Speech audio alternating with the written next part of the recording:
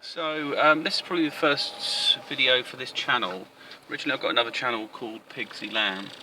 I usually introduce myself as Pigsy Lamb, but I can just say Peter because this is what the channel's going to be about. It's not really a big thing, isn't it?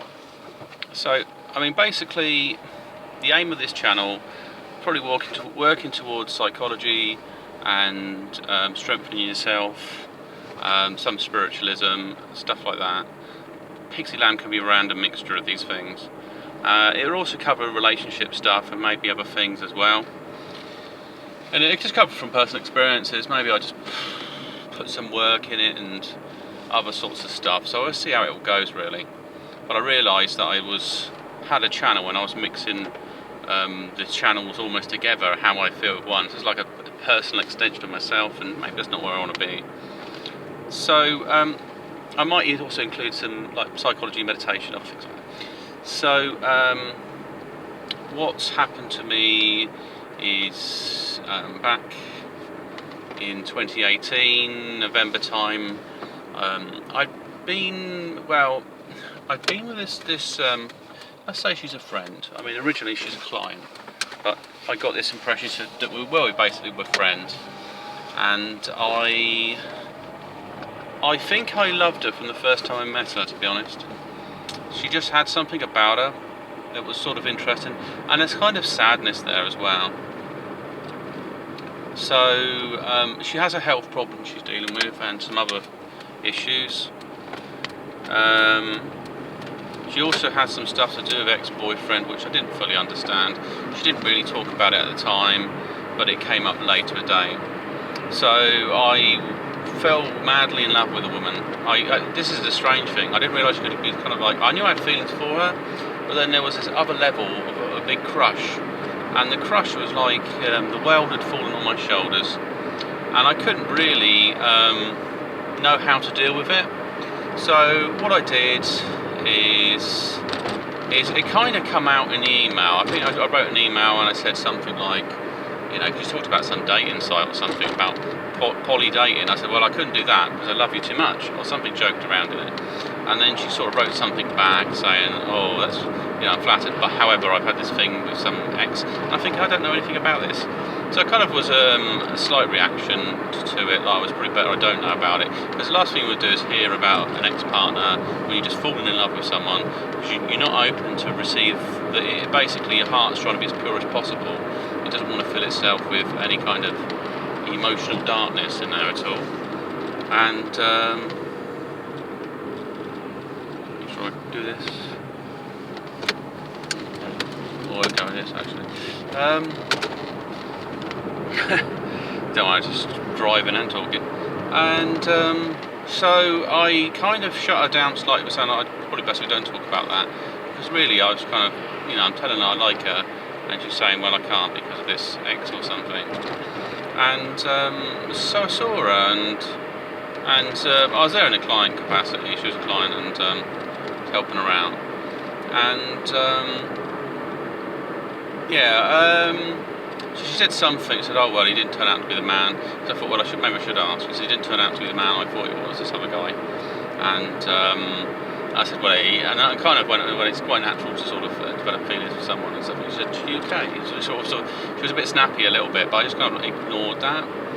And I had arranged to meet up with her. She wanted me to come around and give her a hand with some stuff, and it was meeting up as a friend. And so I wrote, I think it was a weekend. I was going to meet her on like a bank holiday Monday or something like that. And so I wrote an email, and I told her basically I said too much, because what I was trying to do indirectly was fix the woman. I didn't really see it. It had become a kind of monster that's grown inside me. I was helping her, supporting her, and I was trying to change her. And if she didn't have any feelings for me, why was I pushing her? I mean, I know she liked me as a friend, but she couldn't go beyond that. However, I mean, it's not like I projected myself onto her, because we shared a lot of interest together and we kind of clicked. And for the first time in a long time, I didn't feel alone anymore, because I could feel that it's very different when someone shares your interests and you can talk. You feel like you can say, wow, I can talk about this stuff. Because if you can't talk about it, it's kind of nobody ever really knows you enough, you know? Or it's one of those things, you're always into this or into that, but they don't really understand. So it's quite interesting. She was into sort of like spirituality, crystals and Wicca and Taoism and stuff. And so I found her really interesting as a person to know. And to be honest, having these traits and being so interesting, I really, you know, basically she looked like the most attractive woman in the world to me. And so I kind of read the email as that she's got some low self-esteem, or she wants someone to carry her. Basically, I wanted to play the White Knight, and Disney can screw you up big time. So what I did is I basically wrote this email, and I said about how this is what we all do. Now, the first thing, be aware, is that if you say to a woman that you love her, in essence you're saying you're mentally ill as a bloke.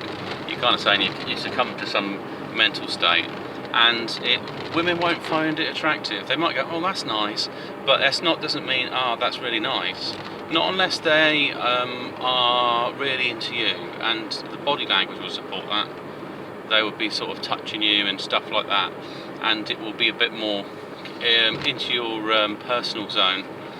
If they're not like that and they're pulling away slightly, it's difficult. You might get a cluster of mixed different signals, which I'll go into some of these stuff that confuses the hell out of guys as well. So yeah, so it's quite an experience. So I sent this email across, and it kind of said that, you know, we could together we could work on this, and, you know, basically, you know, work on your self-esteem, whatever, and that I think I probably was in love with you the first time I met you. I think you're really attractive. You've got a fantastic figure. All these sorts of things, because your brain was like pumping it out. It's like, this is what she needs to know, and it isn't. This is what I want myself to know, or I'm looking for some kind of acceptance in myself. I didn't mean it in a negative way at all.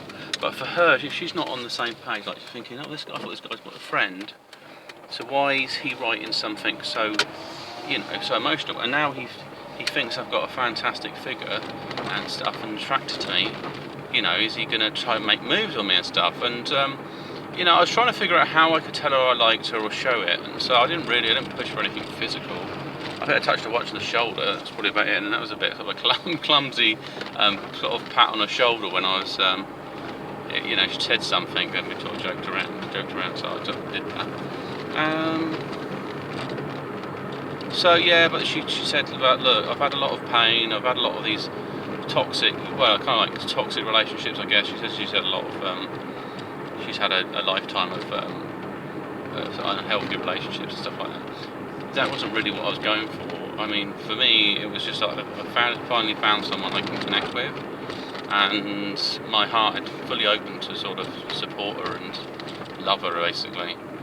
I didn't really have the thing is, you go back to an adolescent state where your heart develops feelings, and I think for me, probably the first time I fell in love, I was very young. I used to play kiss chase with a girl, so who knows that if maybe that was, I was about 5, so I wasn't quite like that mentally, but however, it's probably quite a young adolescence type feelings in there, in the mixture. I'll stop somewhere soon. So yeah, it was just one of these difficult things to process at the time, and so it all went pear-shaped, basically. So I had that, and she said, I don't think I should see you anymore, and I suggest that we don't do any sort of work for me anymore, or something like that. And I felt really bad. I did write to her and said, look, you know, if we never meet again, thank you for the friendship, I hope we do, and something. She said thank you and left it like that, and I roughly wrote her an email sort of saying sorry, and, you know, I was an idiot or something, because I've pushed it over the edge of the relationship. So yeah, so that was the difficult bit, because initially when you have that, it's a panic, and I realised digital communication is probably the worst way to engage people, and you need to always have, for a guy, you need to have some sort of a strategy to engage people, and you need to look for these signs. If you do really like someone from the start, you've got to look at that. Is it going to go anywhere? So, and also, is there a possibility that she could like you, or is she not going to like you? So I'll do another part 2, and we'll get more into it. It's just that I've got time against me at the moment, and then this will be uploaded to this channel and so on. So anyway, take care, and this is Peter speaking.